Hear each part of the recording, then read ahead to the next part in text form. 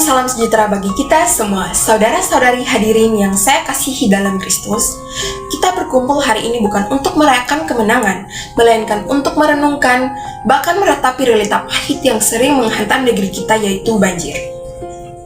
Bencana ini seolah-olah menjadi agenda tahunan yang mencuci bersih kegagalan kita dalam memelihara bumi pertiwi ini. Peristiwa ini bukanlah semata-mata takdir alam, melainkan jeritan pilu dari ciptaan yang terluka parah oleh tangan-tangan manusia yang rakus.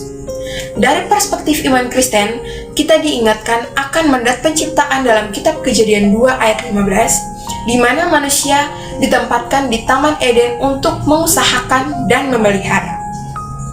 Ini adalah panggilan suci, bukan lisensi untuk mengeksploitasi.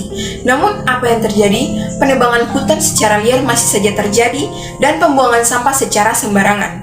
Krisis ekologis adalah krisis moral dan spiritual.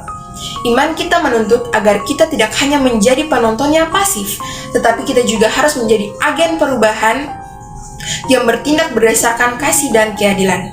Lantas, apa peran kita sebagai mahasiswa, khususnya sebagai umat Kristen?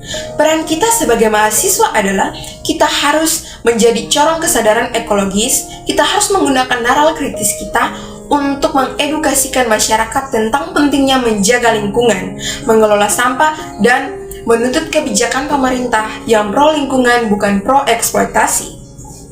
Sebagai mahasiswa, kita harus melakukan kegiatan penanaman pohon, pembersihan saluran air secara berkala, dan menginisiasikan program pengolahan sampah berbasis komunitas. Ini adalah langkah konkret yang bisa kita mulai dari lingkungan terdekat.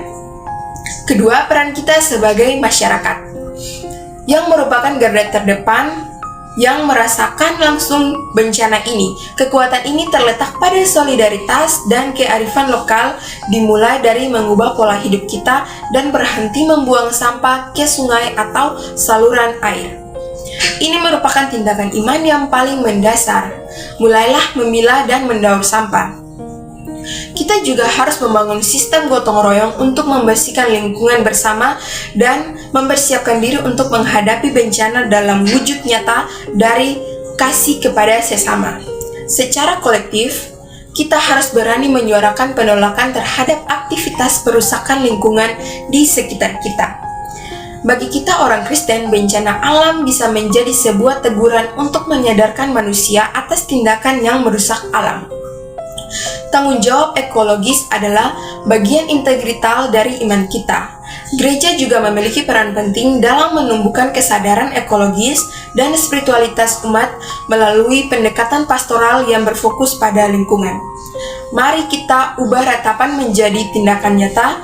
Mari kita buktikan bahwa iman kita hidup bukan hanya dalam doa, tetapi juga dalam kepedulian dan aksi nyata untuk memelihara bumi yang menjadi rumah kita saat ini. Terima kasih, semoga bermanfaat. Tuhan Yesus memberkati kita semua. Shalom.